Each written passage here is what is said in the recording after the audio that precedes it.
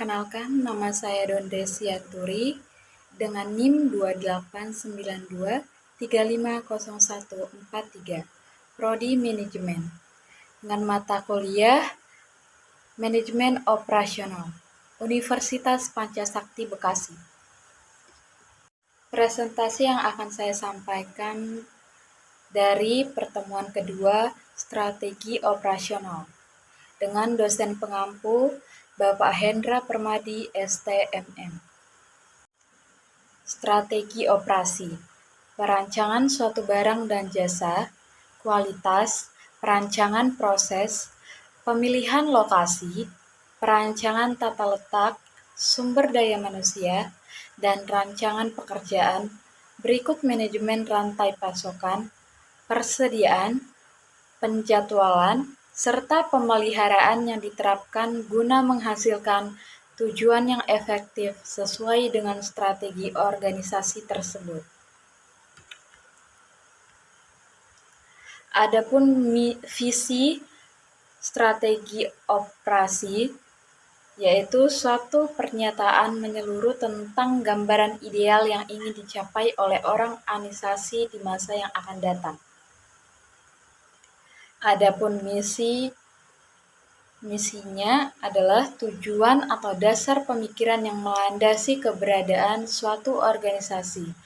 Pernyataan misi menghasilkan batasan dan fokus organisasi serta konsep dalam menjalankan perusahaan, di mana misi menyatakan adanya suatu organisasi. Contoh, Hard Rock Cafe. Misi menyebarkan jiwa rock and roll dengan menyajikan hiburan dan makanan istimewa. Berjanji menjadi anggota masyarakat yang berpengaruh, menyumbangkan dan menawarkan kepada keluarga hard rock lingkungan kerja yang menyenangkan, sehat, serta terpelihara dengan tetap menjamin keberhasilan jangka panjang. Strategi, rencana suatu organisasi untuk mencapai misi dan tujuannya. Strategi-strategi ini memanfaatkan peluang dan kekuatan, menetralkan ancaman, serta menghindari kelemahan, sehingga setiap wilayah fungsional mempunyai strategi untuk mencapai misinya dan membantu organisasi mencapai tujuan keseluruhan. Atau bisa juga disebut dengan SWOT, Strength, Weakness, Opportunities, Strengths, yang artinya kekuatan, kelemahan, peluang, dan ancaman. Mengidentifikasi misi dan strategi. Misi rumusan tentang fungsi-fungsi pokok dalam suatu organisasi yang terkait dengan pemenuhan kebutuhan masyarakat sehingga menjadi alasan dari keberadaan organisasi tersebut.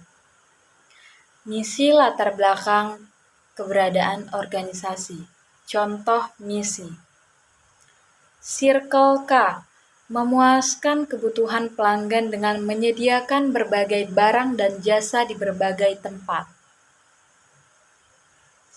Adapun American Red Cross, meningkatkan mutu hidup manusia, meningkatkan kesadaran diri dan perhatian pada orang lain, dan membantu orang-orang mencegah, siap siaga dan mengurangi keadaan darurat. Mengidentifikasi misi dan strategi. Strategi, rencana aksi organisasi untuk mencapai misi. Secara konseptual, misi organisasi atau bisnis dapat dicapai dengan 3 cara. Yang pertama ada diferensiasi, yaitu berbeda atau lebih baik. Yang kedua ada biaya, lebih murah atau kualitas STD.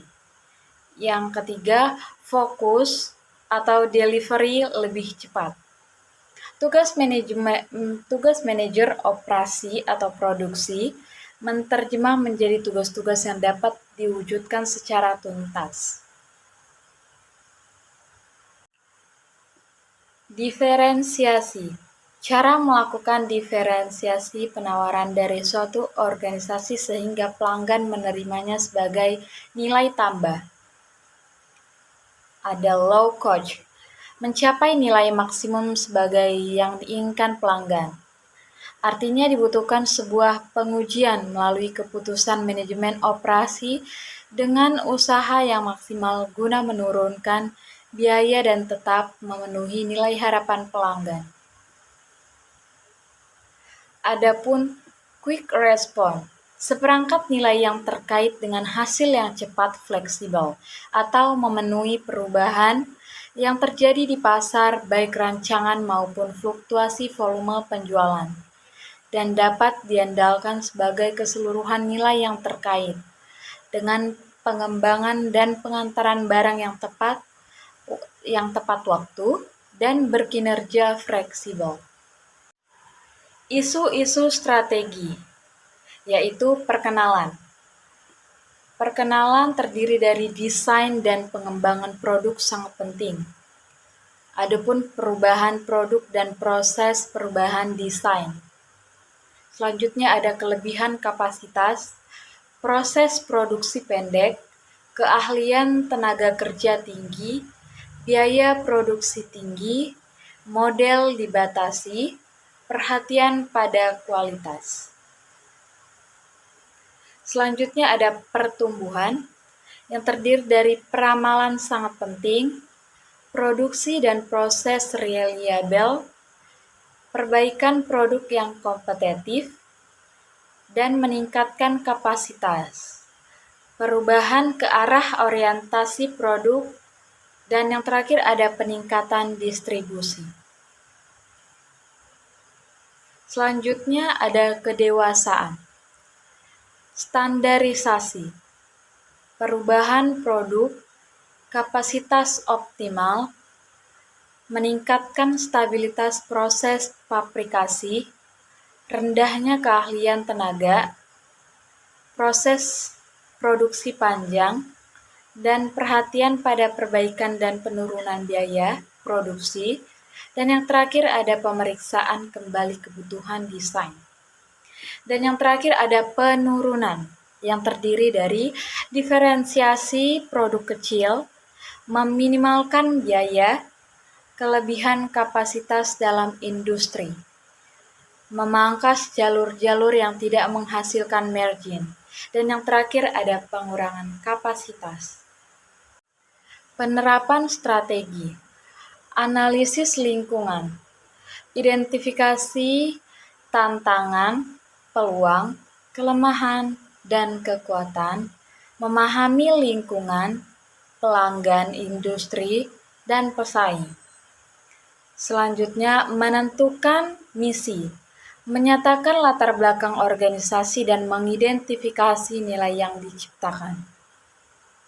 Membentuk strategi, membangun keunggulan kompetitif, harga, fleksibilitas, desain dan volume, delivery, keandalan, dan yang terakhir ada lini produk,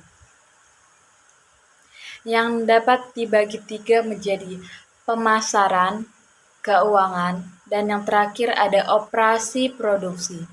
Operasi produksi bisa dibagi yaitu menjadi mutu. Mutu sebagai harapan pelanggan dan kinerja. Yang kedua ada produk, pesanan atau standarisasi. Selalu ada proses, ukuran fasilitas dan teknologi. Dan selanjutnya ada lokasi, dekat pemasok atau pelanggan. Manusia-manusia, spesialisasi dan pengayaan. Selanjutnya ada tata letak sebagai sel kerja dan perakitan, persediaan sebagai pemesanan kembali, pembekalan sebagai pemasok tunggal, penjadwalan sebagai produksi stabil, pemeliharaan sebagai perbaikan pengkibran.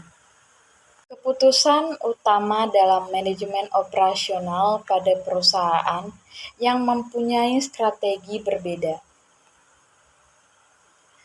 Yang pertama ada desain produk.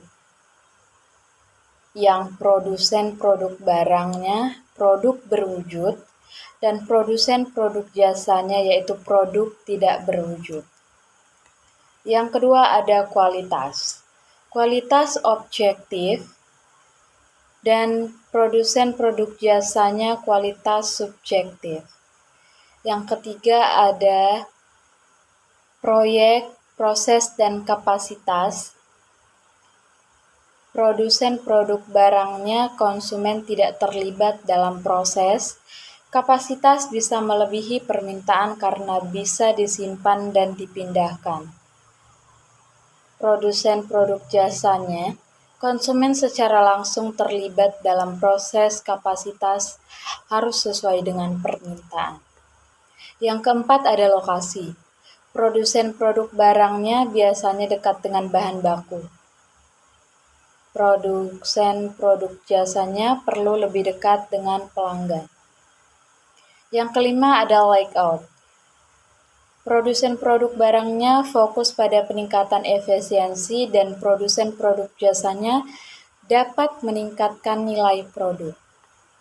Yang keenam, sumber daya manusia. Produsen produk barangnya fokus pada keahlian teknis, upah berdasarkan output. Produsen produk jasanya para pekerja berinteraksi langsung dengan konsumen, standar bervariasi. Selanjutnya yang ketujuh, manajemen rantai pasokan.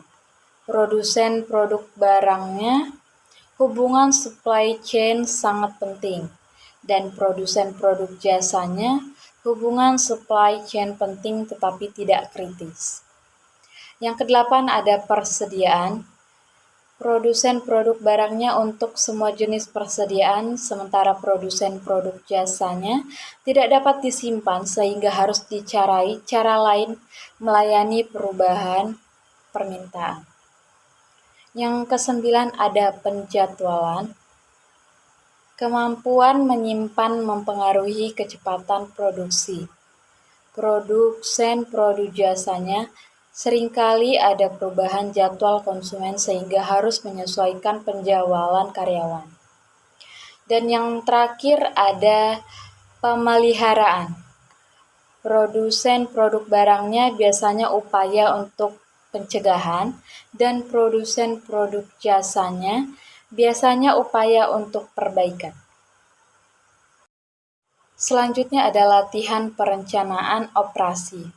Yang pertama ada perencanaan korporasi, yang mempunyai visi menjadi perusahaan pembuat sepatu kulit ular kelas dunia terbesar di Indonesia.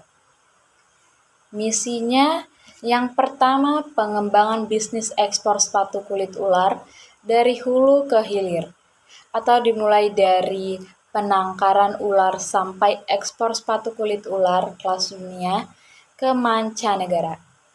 Yang kedua ada kepuasan pelanggan, dituangkan melalui desain sepatu kulit ular yang unik, eksotis, dan penuh kemewahan. Melayani pelanggan dengan sepenuh hati dan menomorsatukan pelanggan adalah kepuasan kami. Tujuan strategisnya adalah yang pertama ada meningkatkan keuntungan bersih perusahaan sebesar 10% per tahun selama 5 tahun ke depan, dimulai dari akhir Desember 2008. Yang kedua, selama 3 tahun ke depan, pangsa pasar domestik meningkat menjadi 75% dari keseluruhan total pangsa pasar sepatu kulit ular kualitas internasional. Yang ketiga ada menurunkan cacat produksi menjadi 2% dari total produksi per tahun dimulai akhir Desember 2008. Rencana kerja. Yang pertama ada membelikan indukan ular berkualitas tinggi ke pemasok ular di Kalimantan Barat. Yang kedua, membangun tempat penangkaran dan beberapa sumber daya pendukung. Yang ketiga, mencari pembeli dari mancanegara dengan mengikuti pameran-pameran internasional. Yang keempat, mengikuti pelatihan peningkatan kinerja SDM dalam memproduksi, terutama mendesain sepatu berkualitas internasional.